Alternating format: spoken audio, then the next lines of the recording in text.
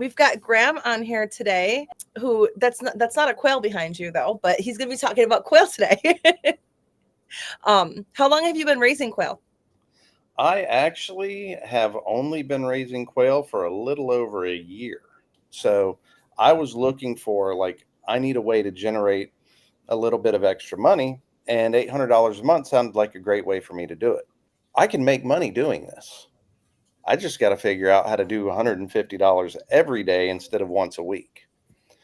And I began kind of slow rolling the business. I'd planned on becoming a full-time farmer. But I planned on becoming a full-time farmer in a year or two. I really kind of had to put the pedal to the metal, and I had to be able to stay home to take care of my wife, and I needed to prepare for what the future may hold. Quite frankly, the future may be me being a single dad of three teenage girls. And so I decided, you know what? I'm doing this and I'm doing it full time. I guess quail's a really good thing to get into that too, because they're not like a high maintenance. I mean, like you start getting into goats and you travel 104 miles away, you're getting a phone call from your neighbors that your goats are downtown, you know. That's exactly right. So we've just incurred tons and tons of additional expenses because of the cancer, because of the treatments, because of the food, because of I've exhausted all of my personal time off. So when I have to miss work, now I don't get any, PTO or anything like that. But and I love the support. I love, people helping, support our family, taking care of me, taking care of my wife, taking care of our kids. But I don't really like handouts. Like that's not my style. As I've gotten older, I have learned that it's okay to ask for help, and we have. But I'd rather do it on my own. I'd rather work. Most days I'm up at 6:30 in the morning and I go to bed at midnight. And I work with my birds all day. I've grown my flock exponentially. I've got multiple brooders, multiple pens, grow out pens. I created a website. I've got all of this sort of stuff going on. Honestly, if I was growing a business, I've done a terrible job and I would never recommend doing what I did. But I've grown a business before. I have experience with livestock. I have experience with business. I have education in the business world and things like that. So there's a lot of things that I've been able to do very, very quickly that most people would have to take, a year or two to do. And I've been able to do it in just a couple of months. And it's not because I'm better, smarter, or cooler than anyone else. I've just done it before, so I kind of know what needs to be done. You hear these business people talking. What is your why? Mm-hmm. What is your why? Why do you want to do this? Is it finances? Is it freedom? Is it this? Is it that or the other? When it's a matter of life and death, your why is a lot more clear and a lot more powerful than if you're just trying to, well, I'm tired of working at a bank. Well, I'm tired of being a nurse. Well, I'm tired of doing this. You can do a home-based business, any type of home-based business, anytime you want to. And you can think that these are your why. Well, I want to spend more time with my kids. Okay. You want to spend more time with your kids. That's a great why for most people. But when you have a limited amount of time left and you're aware of that, that why is much, much more powerful. And so for me, the whole idea was get home, take care of the wife, take care of the kids, generate an income that will sustain me, staying home as much as humanly possible, and will allow me to take care of my kids. That's why I did what I did. That's how I got to where I'm at. I'm also a bit of a nerd. I'm a nerd, not a bit. So I read, I study, I research, and I totally geek out on this sort of stuff. There is a huge quail breeder in this country that has put together an educational course that I took. I took that. Not only did I take it, I've gone back through and watched it again. I found every YouTube video I could possibly find. I watch that when I am at work, when I'm working as a paramedic. I go online and I watch YouTube videos. I watch what other people do. I look at this and go, "Ooh, that's cool. That'll work," or go, "That probably won't work for me." And I've kind of developed like my own style of doing things. I've learned a lot of things the hard way. Last week, my quail quit laying on me. You know, the middle of spring, the middle of peak season, and suddenly my quail are like, you know what, we're going on strike. Were they stressed? So I went to work. I worked 48-hour shift, and while I was at work, the automatic waterer got clogged, and my kids who feed and water my birds didn't recognize that the waterer wasn't moving. They Oh, didn't have okay. water. This also happened during a week where I was transitioning their feed. I was moving to a different type of feed. Um, I'd read some research that said that if the calcium level for quail feed is too high, it actually affects hatchability of the eggs. Oh, So I was transitioning to a feed that had a little bit lower calcium, but was still high enough to help them produce eggs. The other pen, I have an outside quail pen. I decided that it was staying out bright late enough, long enough for the quail to have ample light to lay eggs. So I took the lights off their pen. Apparently, we are not getting enough light outside right now. So that's they, one thing about quail. That is the one thing about quail that is like you have to get used to is that they will they'll stop laying if they get stressed out or something changes if you move them from one pen to another, and they can stop laying for a couple of weeks. they do, they do. They're, the first week that I got quail, um, I'm very much into the homesteading and farming and bartering and stuff like that. I had a hand push garden tiller. It was electric, but it wasn't rear tine. It was front tine. So it's good for a small garden. It's good for softer land. When I lived in Indiana, it was great. When I live in Oklahoma, it's not great.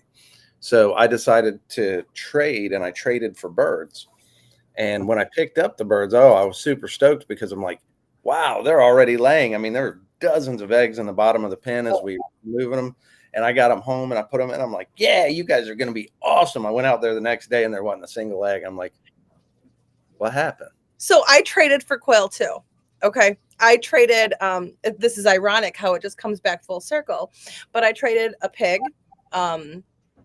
for like a pig that like I'll take it to butcher and you pick it up, right? So one of the pigs that I was raising for 300 quail because this guy was getting out of the quail business. Same thing, right? So same thing. I had them out and I'm like, oh my goodness, I'm picking up like 100 eggs a day and I'm so excited. And like little by little it went down to like nothing. But then I realized that the cage that he had given me was not one that could go outside, so I had to move it into a stall because the raccoons came in the one day and they figured out how to open up the doors, and I go out there the one morning and there's quail everywhere in my yard. So I'm running, and quail are not hard to catch because if you come down from up above them and pick them up, they're pretty easy to catch, right? So you're saying no? Well, the problem is they fit so good through the woven wire Yeah. that that's the big challenge. You're right, because they can't fly real good. Like they can Don't get come from 3 feet this off way, the come ground. from up because they're gonna jump up when yeah.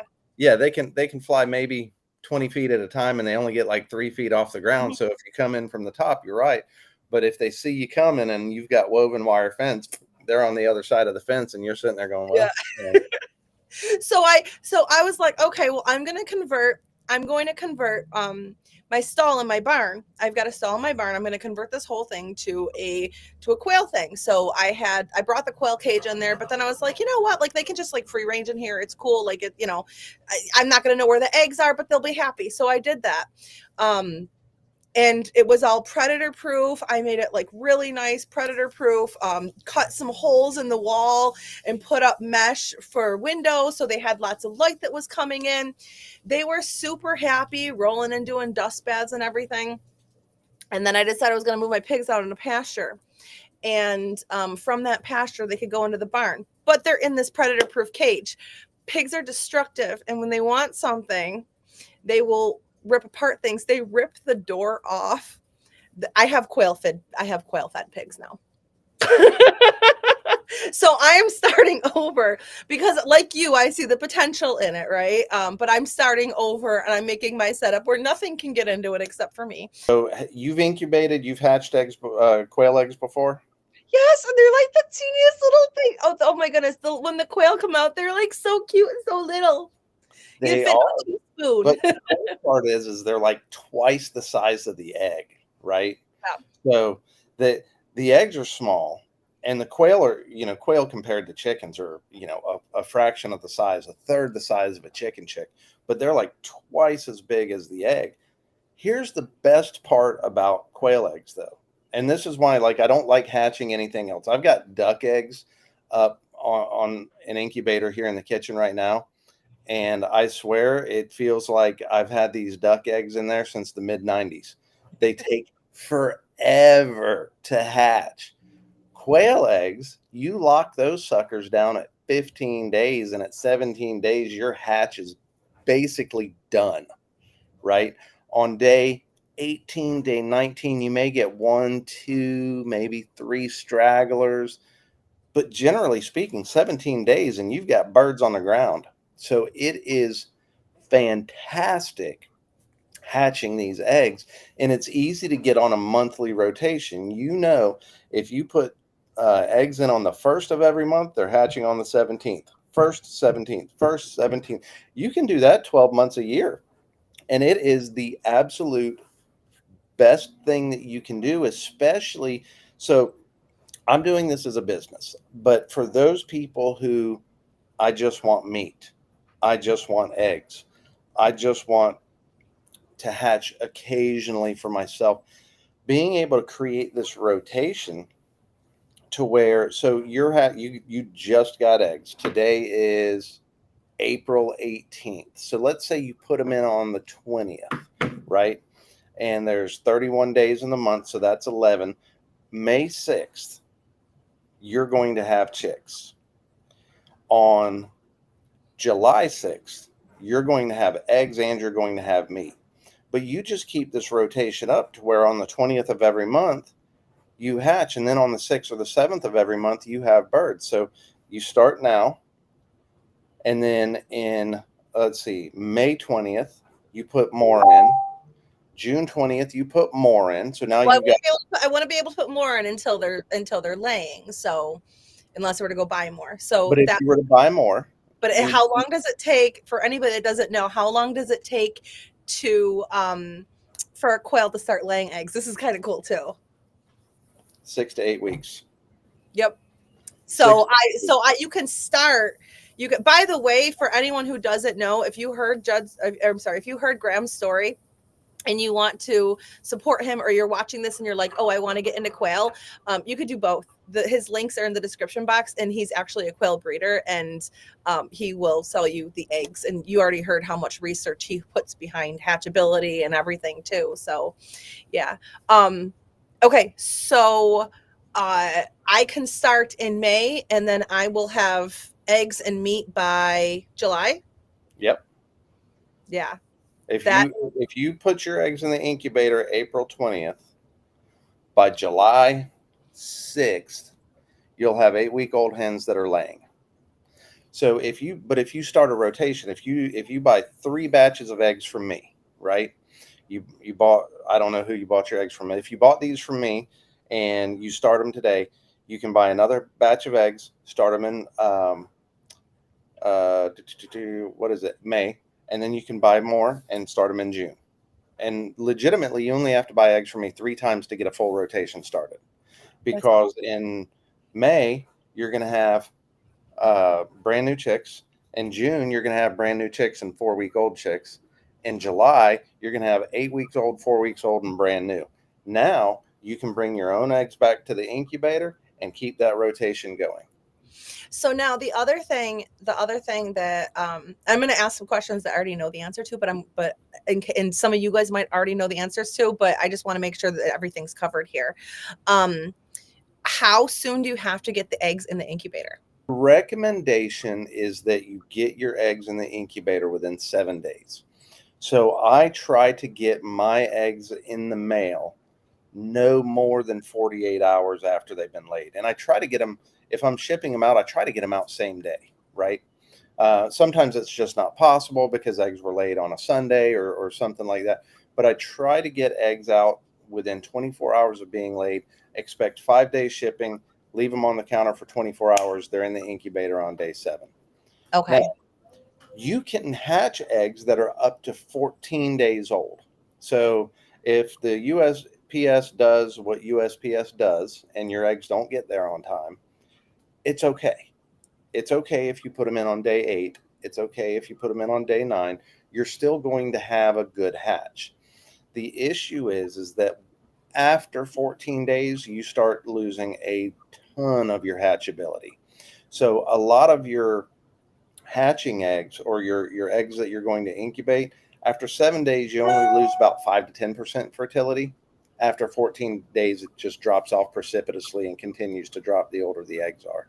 The other thing, a lot of people, oh, these are 6 days old, I've got to get them in the incubator now. Well, no, hang on. Don't do that. Let them sit 12 to 24 hours after you get them. And the reason is in shipping, you don't know how they're handled. These go through conveyor belts. You've got UPS guys, USPS guys who don't care about your package and they're tossing them. And so the air sac inside that egg can break up, right?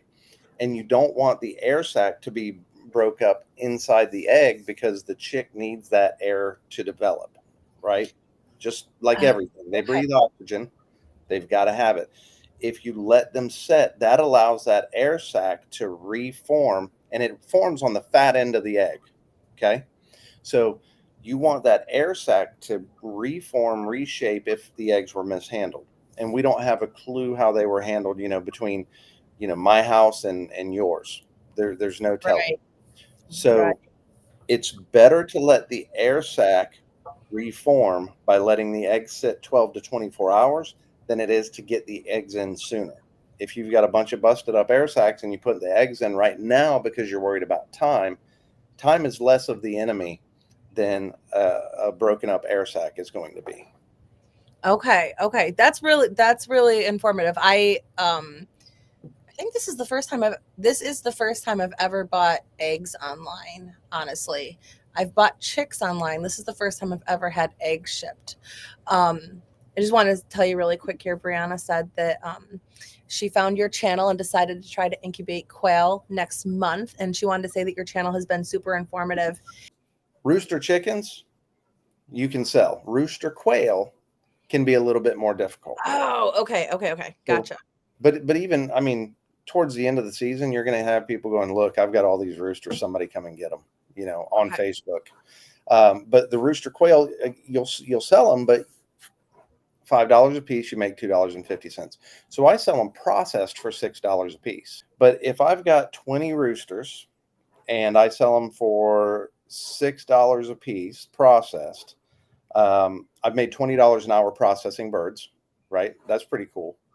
My cost on those birds is $50. So if I sell the bird processed for $6, that's $120 minus my $50 cost. I've made $70 an hour. Unless you're making $70 an hour doing your job, which maybe you do, but most people don't.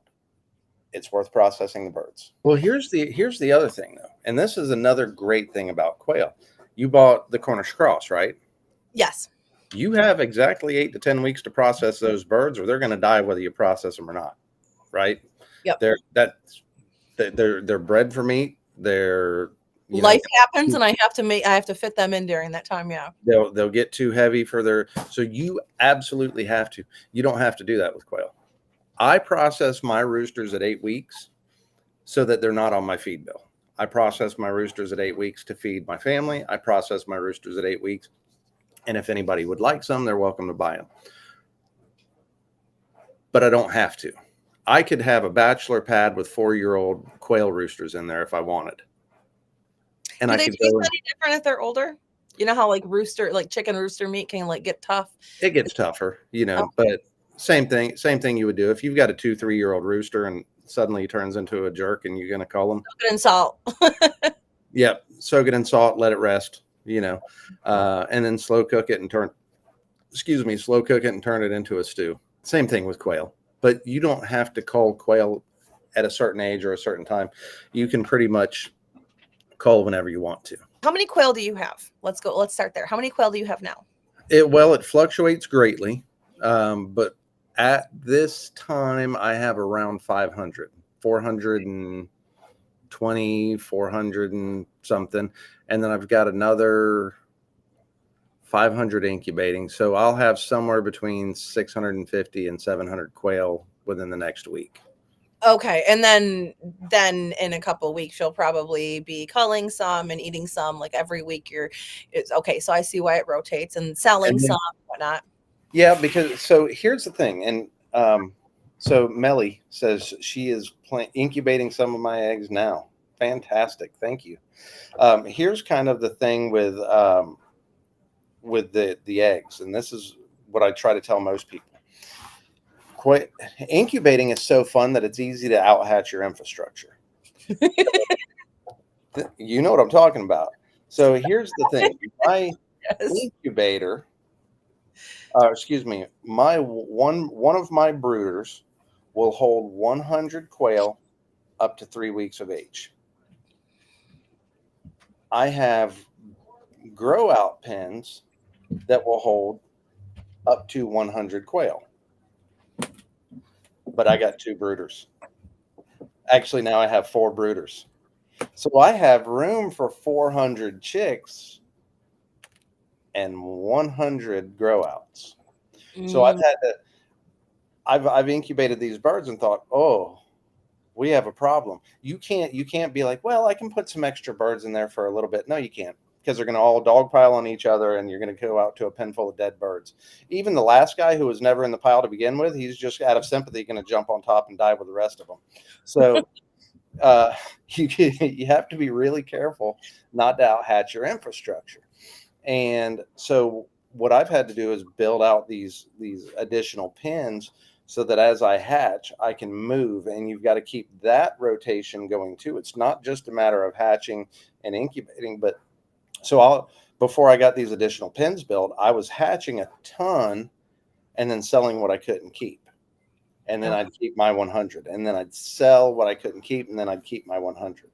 And so I'm still in the process of growing. I really need to probably triple in size, double or triple in size before I can even consider retirement. But now I've got, I can incubate 600 eggs at a time. I can brood 400 birds at a time. And I've got extra space. I can put my grow outs. I can probably fit another 500 birds in what I've got right now. I live in a very rural area. Folks around here are meat and eggs. That's what they want. The jumbo browns or the jumbo Egyptians are the absolute best in terms of meat and eggs because they're feather sexable, so you can differentiate between male and female at 3 weeks. People want the biggest birds that produce the most eggs. So for us, it's going to be a jumbo brown or a jumbo Egyptian. The jumbo browns tend to get a little bit bigger than the jumbo Egyptians. So I would say that I average 12.5 ounces on the jumbo browns, and I average about 12 ounces on the jumbo Egyptians. The jumbo Egyptians lay more eggs their first year than the jumbo browns do. They lay a little bit less the second year than a jumbo brown does, but they're still pretty prolific layers year 2. So the jumbo Egyptians, they're a lighter color, more of a fawn, kind of a reddish color. So I really like the jumbo Egyptians personally. I like their color, but the jumbo browns do fantastic around here. So for meat and egg production, jumbo brown, jumbo Egyptian, and they're both feather sexable. Cool thing about jumbo Egyptians, you take a jumbo Egyptian, you put it over a jumbo brown hen, all the chicks are going to be feather sexable. You can create sex links. Any hen is going to be Egyptian. Any rooster is going to be brown. So I like my jumbo Egyptians and I like my jumbo browns. Those are my favorites. Like one of the most popular breeds that I see talked about are the Celadons. They're just blue eggs, right? Like that's the only reason that there's nothing special about them really, except for. So a minute ago, I was talking about the Egyptian having the roux gene. Celadon is it's just that. It's another recessive gene trait. So it's less common. And the reason that, like, if you wanted to buy Celadon eggs, you're going to have to pay up for those is because it's rare and it takes a lot of time to kind of establish and create that breeding line.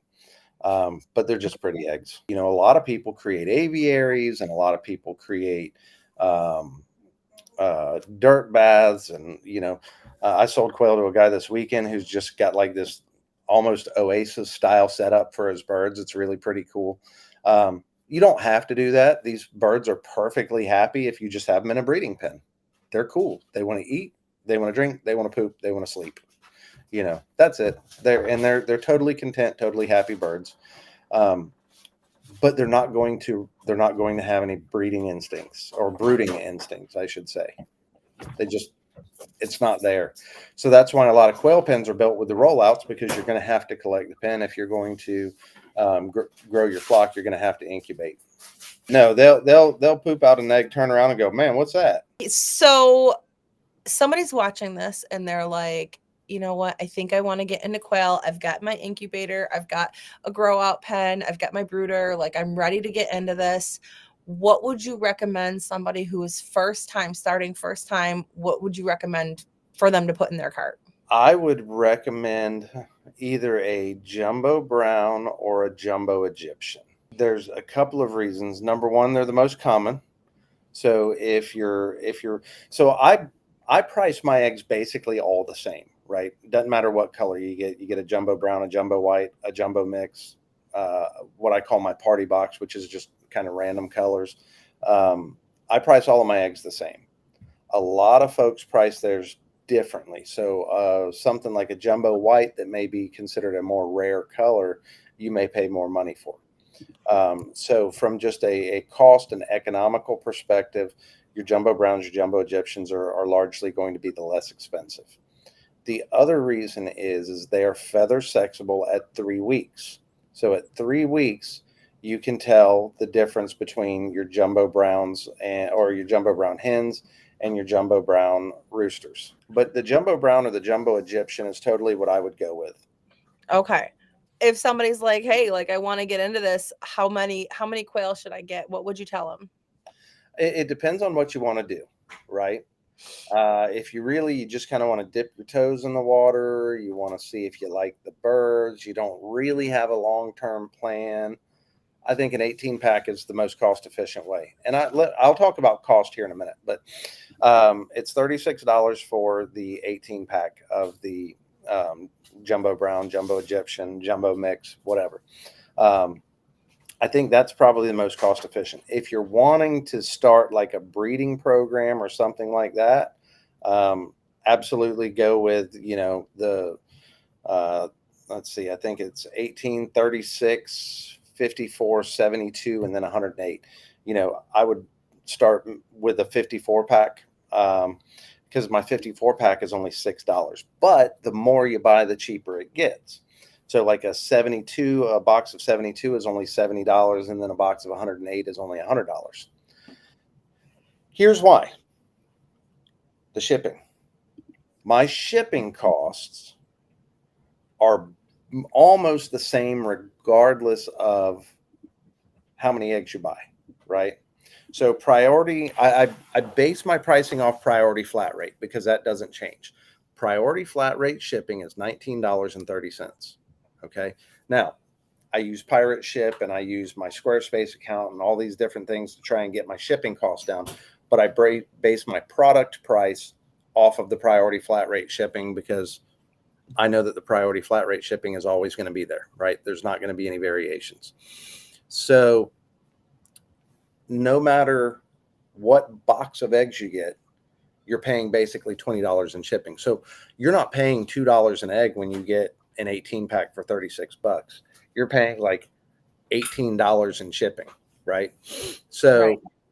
The more you buy, the better off you're going to be. But from a cost effective standpoint, if you're just wanting to try it out, buy the 18 pack for $36, buy the 36 pack for $45. If you're wanting to really turn this into something, start with 54, 72, 108, something like that. Well, even if you went and you got a bigger one. So like, okay, I can get an 18 pack or I can get like a 72 pack, right? So even if you got the 72 pack and then you're like, well, I actually don't want to do them. Unless your pigs eat them, you're not really losing anything because you can eat them. Right. Or you can have quail fed hog. Right. And some people, if you're really looking into getting into this and you're like, hey, I'd like to see what it's like to pickle eggs, or I'd like to know what these scrambled eggs taste like, you can certainly do that. Yeah, I actually have I have a friend whose daughter loves quail eggs, and she was buying quail eggs from me. I have a roadside stand. I could sell the quail eggs at the roadside stand too. So if I'm like, okay, I don't want to hatch these out right now, I want to put some on my roadside stand. They those they sell for the same price as a dozen chicken eggs do. Right. Yep. And the great thing about quail eggs, and I'm not going to get too far off on the health aspects of it, but a lot of people who are allergic to chicken eggs can eat the quail eggs. So the amino acid in the chicken egg that actually causes most of the allergic reactions is present. That amino acid is present in a quail egg. However, the concentration of that particular amino acid is far less than it is in the chicken egg. So you can get an incubator for $100. You can do a homemade brooder for less than 50, and you can buy your first set of hatching eggs for $35. So you can get everything you need to get started for less than $200 with quail. You can build your own.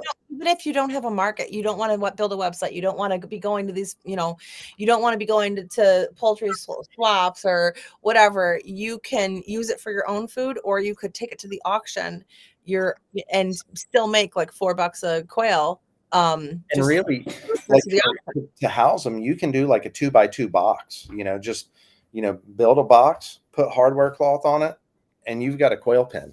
So you've got to be able to keep predators out. So you want to keep it somewhere safe. But in all reality, you can get your entire setup from incubation to adulthood for less than $350. You don't need any room, so you can homestead even if you're in the city. They don't make any noise. Your neighbors will never know you have them. They make noise. It's really pretty, actually, but it's nothing that your neighbors would hear. They think it was wild. Sound like a wild bird, yeah. Yeah. So, like, you can have, just by getting the startup, you could have eggs, meat, and income within 3 months. Yeah, for less than $300. Yeah. And so you're right. It's probably the best way to get into homesteading is by and that's why I've priced my eggs like I have. I've tried to make this as affordable as humanly possible, so that anybody looking to get into homesteading, whether it's urban homesteading, apartment life, commercial farm, whatever you want to do, from the very beginner to the old pro, however you want to get started, I wanted to make this as affordable as possible for you, while still being able to live and survive for myself, right? So when you look at my prices and compare to other prices, they may be cheaper on one thing, they may be more expensive on another. It's all fairly comparable out there, but I've tried to price it to be as competitive as humanly possible, because I want as many people to be self-sufficient as possible. I want as many people to be able to homestead as possible. And if this option was available to me 15 years ago, I would be in a lot better shape than where I am now. And I'm still nowhere near where I need to be, right? Not as a farmer, not as a homesteader, not as a father, not as a husband. Like I'm still got a lot of growing to do, but I'm getting better every day. And I think that's the key. And really, if it's going to cost you $200 or $300 to start homesteading, that's affordable. And if you don't have the $200 or $300 to start homesteading, you're not quite ready to get started yet, right? You got a little bit more work to do. You've got some overtime shifts to pick up. You've got some budgeting to do. You've got some bills to pay off, and that's okay. Like, that's cool. Put money aside. Start putting money aside every time you can. A little bit of money aside.